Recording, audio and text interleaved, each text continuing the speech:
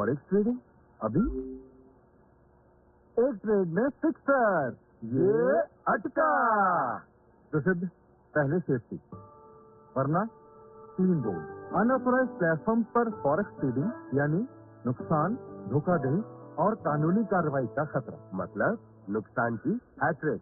इसलिए RBI website पर जाओ, तस्लीम शुदा फहरिस्त जांचो। आरबीआई कहता है खबरदार रहें, चौकन्ने रहें।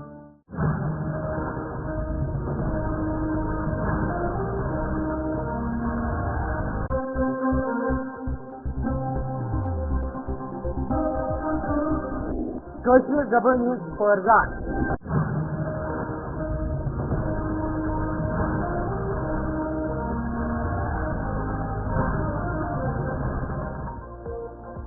पुलिस कांस्टेबल के 4000 पदों के लिए हो रही परीक्षा। 5,69,000 उम्मीदवारों के भाग्य का होगा फैसला। जम्मू कश्मीर के सभी परीक्षा केंद्रों पर सुरक्षा के पुख्ता प्रबंध।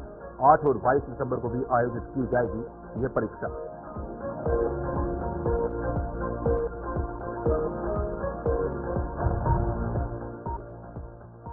कठुआ में धार्मिक अनुष्ठान में शामिल हुए उपराज्यपाल। अनुष्ठान के अंतिम दिन उपराज्यपाल ने दी पूर्ण आहुति। स्वामी रामस्वरूप योग आचार्य से वेदों की ली जानकारी। संस्कृत को बढ़ावा देने के कदमों पर किया विचार विमर्श।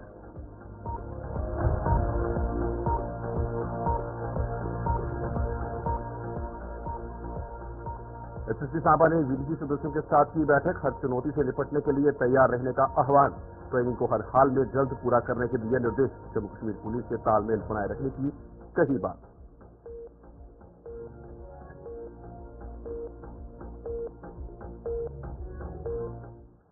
नमस्कार, जम्मू कश्मीर की खास खबरें देखें अब तक। मैं हूं आपके साथ साहिल केरनी। जम्मू और कश्मीर में पुलिस कांस्टेबल के 4002 पदों के लिए 5,69,000 से अधिक उम्मीदवार अपना भाग्य आजमा रहे हैं। इन पदों पर भर्तियों के लिए आज परीक्षा हो रही है और सभी परीक्षा केंद्रों पर सुरक्षा के व्यापक प्रबंध किए गए हैं। यह परीक्षा जम्मू और कश्मीर दोनों सूबों में हो रही है और ये 8 व 22 दिसंबर को भी आयोजित की जाएगी। इस परीक्षा के लिए जम्मू और कश्मीर के 20 जिलों में 856 परीक्षा केंद्र बनाए गए हैं। वहीं जम्मू कठुआ सांबा रेंज के डीआईजी शिव कुमार ने परीक्षा केंद्रों का दौरा कर वहां सुरक्षा इंतजामों की समीक्षा की है। जम्मू और कश्मीर में पुलिस कांस्टेबल के 4000 पदों के लिए 5,69,000 से अधिक उम्मीदवार अपना भाग्य आजमा रहे हैं। इन पदों के भर्तियों के लिए आज परीक्षा हो रही है और सभी परीक्षा केंद्रों पर सुरक्षा के व्यापक प्रबंध किए गए हैं। यह परीक्षा जम्मू और कश्मीर दोनों सूबों में हो रही है। 8 और 22 दिसंबर को भी आयोजित ये परीक्षा की जाएगी। इस परीक्षा के लिए जम्मू और कश्मीर के 20 जिलों के 856 परीक्षा केंद्र जो है वो बनाए गए हैं। जम्मू कठुआ सांबा के डीआईजी शिव कुमार ने खुद परीक्षा केंद्रों का दौरा कर वहां सुरक्षा इंतजामों की समीक्षा भी की है। आपको बता दें कि इसमें टेलीकम्युनिकेशन और फोटोग्राफर्स के कांस्टेबल पदों की भी परीक्षा जो है वो होनी है और परीक्षा पारदर्शिता तरीके से हो तो इसलिए वहां पर सीसीटीवी कैमरे से भी निगरानी की जा रही है। वहां पर जो ऑफिसर तैनात किए गए एज ए सुपरवाइजर वो भी गस्टेड पोस्ट के ऑफिसर जो है वो तैनात किए गए हैं। और इस बार ये पहली बार ऐसा हुआ कि महिला और पुरुष जो है दोनों जो सुपरवाइजर वहां पर तैनात किए गए हैं वो दोनों गस्टेड ऑफिसर हैं। और उन सबके बीच में बड़ी बात ये है कि ये जो परीक्षा है आज है, उसके बाद 2 तारीखें और हैं इसकी, 8 दिसंबर को और 22 दिसंबर को भी ये परीक्षा जो है करवाई जाएगी। और तब टेलीकम्युनिकेशन और उनके साथ जो फोटोग्राफर है उनके पदों के लिए ये परीक्षा जो है ये करवाई जाएगी। और ये काफी सालों के बाद परीक्षा हो रही है कांस्टेबल्स की। और रुक करेंगे हमारे हमारे संवाददाता विकास मुनास थोड़ा से जुड़ गए हैं। विकास, जिस तरीके से साथ परीक्षा जो आज से शुरू हुई है तो वहां पर किस तरह के इंतजाम जो है वो देखने को मिल रहे हैं और जो वहां पर ऑफिसर की तैनाती की गई है तो वो वहां पर किस तरह से कार्य करते हुए नजर आ रहे हैं?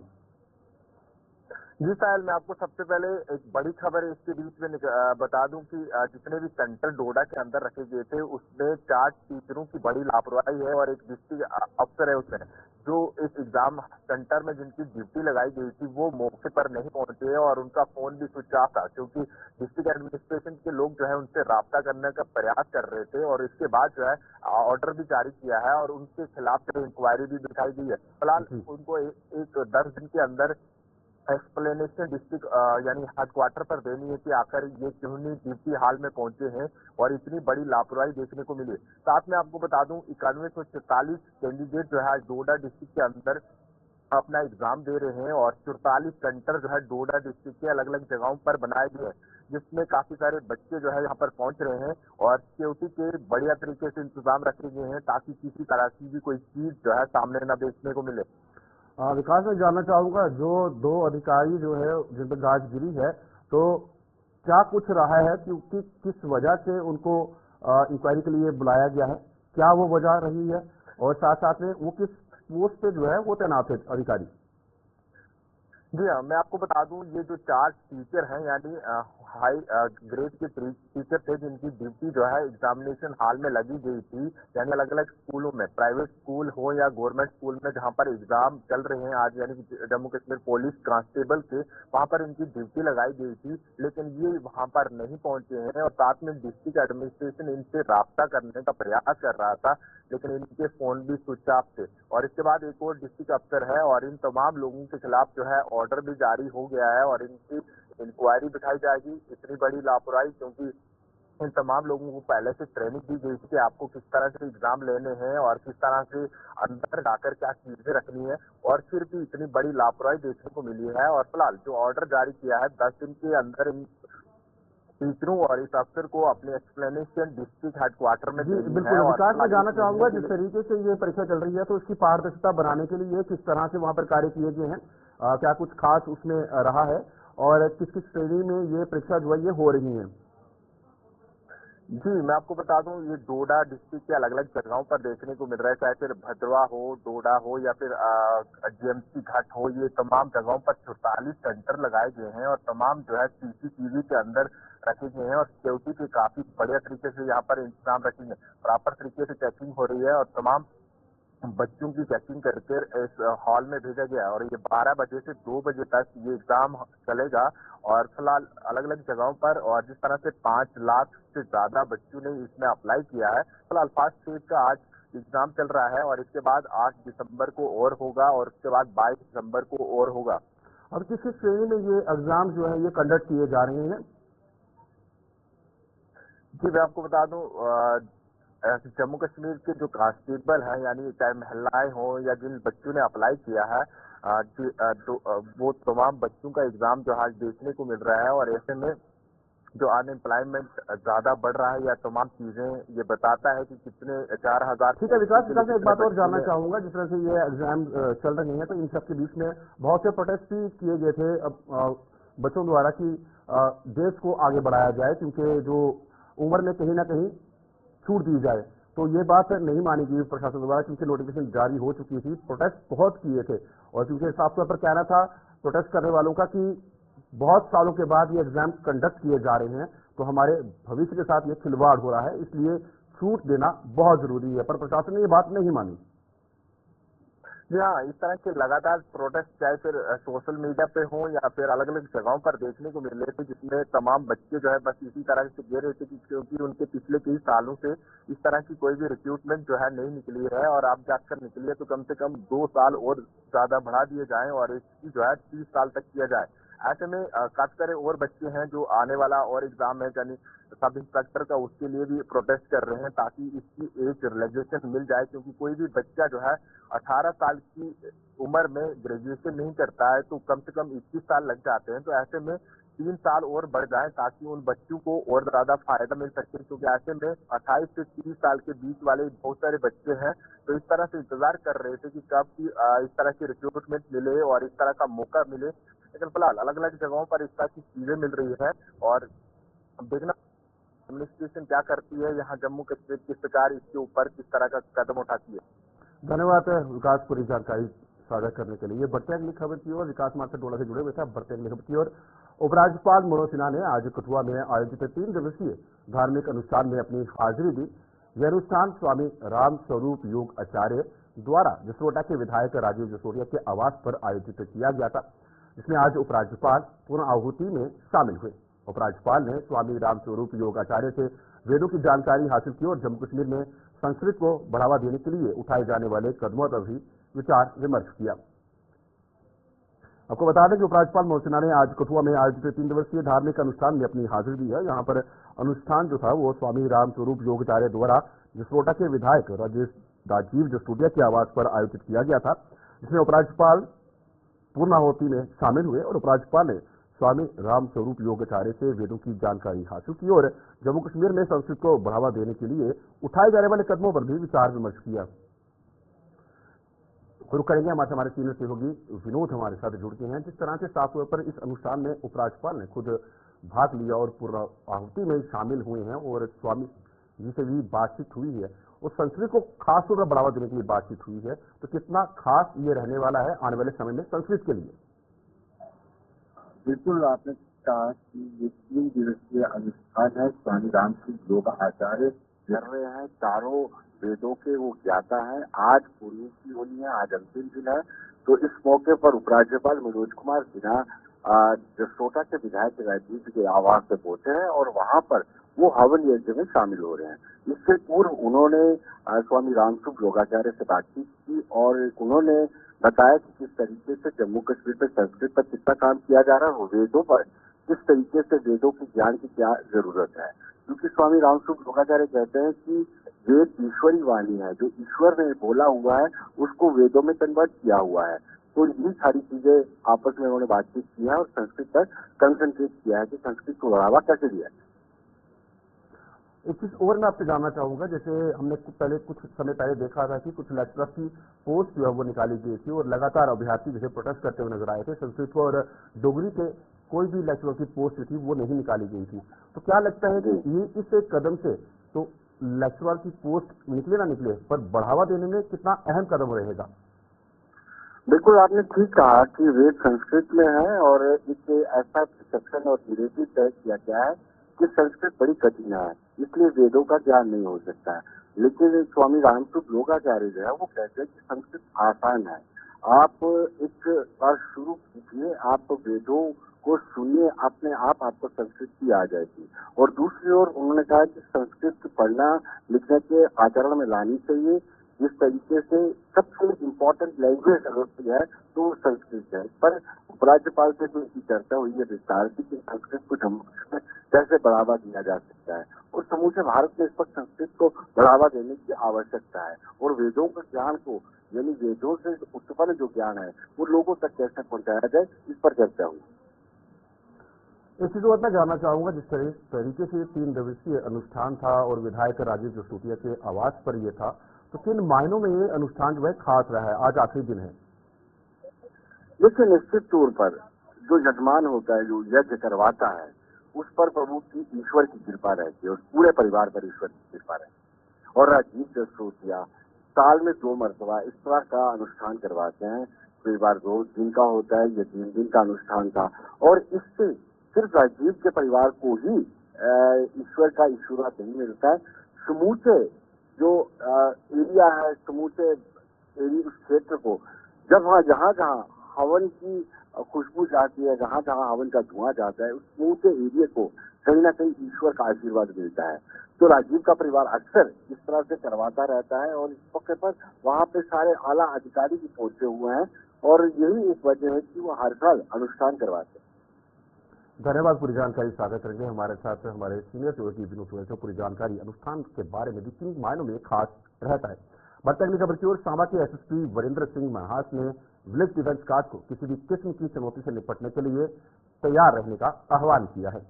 एसएसपी ने विलेज डिफेंस गार्ड के साथ बैठक कर उन्हें जरूरी दिशा निर्देश जारी करते हुए ट्रेनिंग को भी पूरा करने की बात कही। उन्होंने कहा कि मौजूदा समय में सभी विलेज डिफेंस गार्ड पुलिस के साथ तालमेल बनाए रखें, क्योंकि सुरक्षा व्यवस्था बनाए रखने में वो भी एक अहम भूमिका निभा सकते हैं। सांबा के एसएसपी वीरेंद्र सिंह मनहास ने विलेज डिफेंस गार्ड को किसी भी किस्म की चुनौती से निपटने के लिए तैयार रहने का आह्वान किया है। एसएसपी ने विलेज डिफेंस गार्ड्स के साथ बैठक कर उन्हें जरूरी दिशा निर्देश भी जारी किए हैं। हमने हाल ही दिनों में देखा था कि एडीजीपी आनंद जैन खुद पहुंचे हुए थे सांबा और वहां पर समीक्षा बैठक भी की थी सुरक्षा व्यवस्था को लेकर, तो काफी मायनों में वो अहम रही थी और अब विलेज डिफेंस गार्ड के साथ भी बैठक की गई है एसएसपी द्वारा। प्रयोग करेंगे हमारे संवाददाता ऋषि हमारे साथ जुड़ गए हैं। ऋषि, इस तरीके से ये बैठक हुई है तो काफी मायनों में ये अहम बैठक जो है ये मानी जा रही है, क्योंकि एडीजीपी खुद दौरा कर चुके हैं सांबा का और उसके बाद विधि के साथ ये बैठक होना, हाल ही में तकरीबन 150 जगहों पे छापेमारी हुई, उसके बाद बहुत से ओसीडब्ल्यू से वो गिरफ्तार भी हुए। तो क्या लगता है जिस तरह से आतंकवाद अपनी गति पकड़ रहा था उसको नस्लनाबूद करने के लिए ये बैठकें कितनी अहम है? देखिए, बिल्कुल मैं आपको बता दूं कि जम्मू कश्मीर के इस समय जो ताजा हालात बने हुए हैं, उन्हीं हालातों के ऊपर लगातार मंथन भी किया जा रहा है और कहीं ना कहीं आतंकवाद को खत्म करने की जो पुरजोर कोशिश है वो लगातार की जा रही है, आतंकवाद की कमर तोड़ी जा रही है और इसी को लेकर लगातार अलग अलग रणनीतियां जो है सिक्योरिटी फोर्सेज की तरफ से तैयार की जा रही है। वो हम अगर बात करें जम्मू कश्मीर पुलिस के हवाले से, आर्मी, बीएसएफ, पैरामिलिट्री फोर्सेज लगातार कोशिश कर रही हैं कि आतंकवाद को पूरी तरह से नेस्तनाबूद किया जाए। लेकिन अगर बात करें विलेज डिफेंस गार्ड के हवाले से, तो बीडीजीज को लेकर भी एक अहम भूमिका आप कह सकते हैं कि बीडीजीज भी सुरक्षा को पुख्ता करने में अपनी भूमिका निभाते हैं, इसीलिए इन बीडीजीज का गठन किया गया था। उसी को लेकर आपको बता दें कि एसएसपी सांबा वरिंदर सिंह मनहास जो है वो न्यूली इंडक्टेड जो बीडीजीज हैं उनके साथ वो मुलाकात करते हैं। ये तमाम न्यूली इंडक्टेड बीडीजीज जो है ये बॉर्डर से ताल्लुक रखते हैं और बॉर्डर की सिचुएशन आप बेहतर तरीके से जानते हैं कि क्या कुछ हालात बॉर्डर पर रहते हैं। तो बॉर्डर की सुरक्षा को पूरी तरह से चाक चौबंद रखना है, उसी को लेकर इनको कुछ दिशा निर्देश भी जारी किए गए हैं। खासतौर पर इनको अवगत कराया गया है प्रेजेंट सिनेरियो सिक्योरिटी के हवाले से अगर बात करें। इसी के साथ साथ इनको जो है ये बताया गया है, ये इंपॉर्टेंस बताई गई है कि पुलिस और बीडीजीज का तालमेल कितना जरूरी है। अगर कोई ऐसी स्थिति आ जाती है, कोई ऐसी सिचुएशन बन जाती है तो उसमें तालमेल के साथ काम करके सिचुएशन को पूरी तरह से अंडर कंट्रोल किया जा सकता है। इसके ऊपर बात की गई है। इसी के साथ साथ आपको बता दें कि एसएसपी सांबा जो है उन्होंने इनको ये भी कहा है बीडीजीज को कि आप अपनी जो वेपन हैंडलिंग और वेपन फायरिंग ट्रेनिंग है उसे भी जल्द पूरा करें, ताकि अगर कोई ऐसी सिचुएशन बन जाती है तो आप उस आपातकालीन स्थिति में जो है वो अपनी पूरी तरह से भूमिका जो है वो सर्वोपरि पर रखें और अपनी भूमिका को अहम तरीके से निभाएं। उसी को लेकर ये कुछ गाइडलाइंस जो है वो जारी की गई है बीडीजीज को और यहाँ पर उन्होंने उनकी बीडीजीज की पीठ भी थपथपाई है। खासतौर पर जिन्होंने अच्छा काम किया है बीडीजीज ने, उनको जो है वो कैश रिवॉर्ड से भी सम्मानित किया गया है। तो ये जो कैश रिवॉर्ड है सम्मानित करने का मकसद ये था कि जो बाकी वाले बीडीजीज हैं वो भी उनको देखकर अच्छा काम करें, यानी इंस्पिरेशन जो है वो बाकी बन जाते हैं बाकी बीडीजीज के लिए। तो इन तमाम बिंदुओं के ऊपर जो बात की गई है, मकसद एक ही था कि देश की सुरक्षा सर्वोपरि है, देश की सुरक्षा में किसी तरह की कोई सेंध ना लगे, कोई ऐसी चीजें ना सामने आ जाए, उसी को लेकर पूरी तरह से विजिलेंट रहने को जो वो कहा गया है और अपने अपने इलाकों में अच्छा काम करने की सलाह जो उनको दी गई है, ताकि पुलिस और बीडीजी का तालमेल बिल्कुल पुलिस और अगर समन्वय बनाना बहुत जरूरी है ऋषि। सभी सही मायने पर बीडीजी का गठन भी किया गया था। मैं ये भी बात समझना चाहूंगा कि ये किस एज के रहते हैं बीडीजी मेंबर्स, क्या ये 60 के ऊपर भी बीडीजी रहते हैं या नहीं? क्योंकि 2021 में भी हमने देखा था कि क्योंकि एक बैठक हुई है, एडीजीपी वहां खुद पहुंचे हुए थे, तब भी समीक्षा की थी सुरक्षा व्यवस्था को लेकर और 2021 में भी देखा गया था कुछ पुराने ऑफिसर्स को जोड़ा गया था जम्मू कश्मीर पुलिस के और फिर उसके बाद एक समीक्षा की गई थी, फिर खाका तैयार किया गया था और तब भी बहुत हद तक जो आतंकवाद पर नकेल कसी गई थी। तो क्या इसको हम उस तरीके से जोड़ के दे सकते हैं? देखिए 1990 के दौर की बात करें तो आपको याद होगा कि कई ऐसे हमारे जम्मू कश्मीर के ऐसे टेरेन्स हैं यहाँ पर आतंकवाद लगातार जो वो चरम सीमा पर पहुंच रहा था। तो उस समय भी जब इनका बीडीजी का गठन किया गया उस समय बीडीसी हुआ करती थी, विलेज डिफेंस कमेटी हुआ करती थी, लेकिन अब ये विलेज डिफेंस ग्रुप बन गया, यानी इनके तमाम जो मेंबर्स हैं वो कार्य कर रहे हैं। तो उसमें जो वो हमने देखा था कि 60 के ऊपर भी इसमें जो लोग हैं वो शमूलियत करते थे, अपनी सेवाएं देते थे। लेकिन आज जमाना जो है वो आप कह सकते हैं कि युवा ब्रिगेड का है, तो इसमें युवाओं की शमूलियत ज्यादा देखने को मिल रही है। हालांकि मैं इसके ऊपर ज्यादा टिप्पणी नहीं करूंगा कि उनकी तरफ से क्या कुछ क्राइटेरिया सेट किया गया कि क्या 60 के ऊपर भी उनको ले रहे हैं या नहीं ले रहे, लेकिन हमने अक्सर देखा जो बीडीजी है वो मैक्सिमम इसमें जो है युवा ब्रिगेड है। तो आप अंदाजा लगाएं कि उन फॉरफ्लंग एरियाज की बात करें, यहाँ पर आतंकवाद चरम पर था, डोडा किश्तवाड़ की बात कर लें या सांबा के भी दूर दराज के ऐसे कुछ इलाके हैं जहाँ पर लगातार आतंकवाद एक वक्त पर पनपता जा रहा था, लेकिन वहां पर उन्होंने बेहतरीन कार्य किया, बेहतरीन अपनी सेवाएं दी हैं और आज कहने के आतंकवाद को पूरी तरह से खत्म भी किया जा रहा है। फिर मैं कहूंगा कि सिक्योरिटी फोर्सेज की अगर बात करें, जो हमारे आला अधिकारी हैं वो भी ये कहते हैं कि कोई ज्यादा तादाद आतंकवाद की नहीं है, लेकिन जितने हैं उनको किस तरह से कंट्रोल करना है, उनको किस तरह से मुंह तोड़ जवाब देना है, उसको लेकर रणनीति तैयार करके। बिल्कुल ऋषि, बहुत अहम जानकारी आपने साझा की है और एक अहम बैठक जो है वो देखने को मिली है सांबा के अंदर। बढ़ते अगली खबर को डोडा लिए चलते हैं। डोडा में शनिवार को पेश आए सड़क हादसे में लापता लोगों का अभी तक कोई अता पता नहीं चल पाया है। इस हादसे के बाद चलाई गई रेस्क्यू ऑपरेशन में सिर्फ एक महिला का शव बरामद किया गया था, जबकि 2 लोगों की तलाश आज दूसरे दिन भी जारी है। यह हादसा शिवा पुल के नजदीक पेश आया था, जब किश्तवाड़ नेशनल हाईवे पर एक कार चालक द्वारा संतुलन खो देने से चिनाब दरिया में जा गिरी थी। फिलहाल मौके पर रेस्क्यू ऑपरेशन जारी है और लापता कार सवारों की तलाश की जा रही है। साफ तौर पर हादसा पेश आया था डोडा में, जिसमें कि 3 लोग सवार बताए जा रहे थे और महिला का शव बरामद कर लिया गया था, क्योंकि वो चुनाव के किनारे पड़ा मिला था। पर ना कार का कुछ अता पता चल पाया और ना ही उन 2 लोगों का जो उसमें हादसे का शिकार हुए हैं। रुक करेंगे हमारे संवाददाता वसीम गत्तू हमारे साथ जुड़ गए हैं। वसीम, अब वहां पे स्थिति क्या बनी हुई है, किस तरह से ऑपरेशन को गति वहां पर दी जा रही है? अभी भी 2 लोग लापता हैं।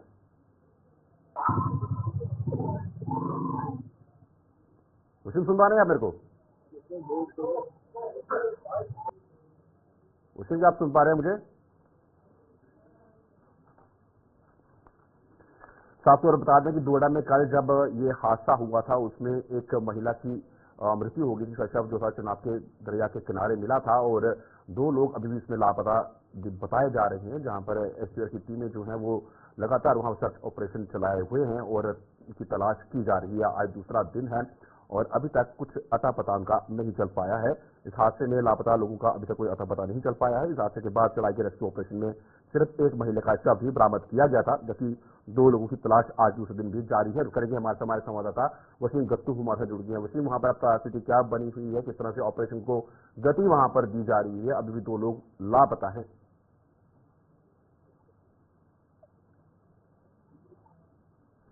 वसीम, क्या आप मुझे सुन पा रहे हैं?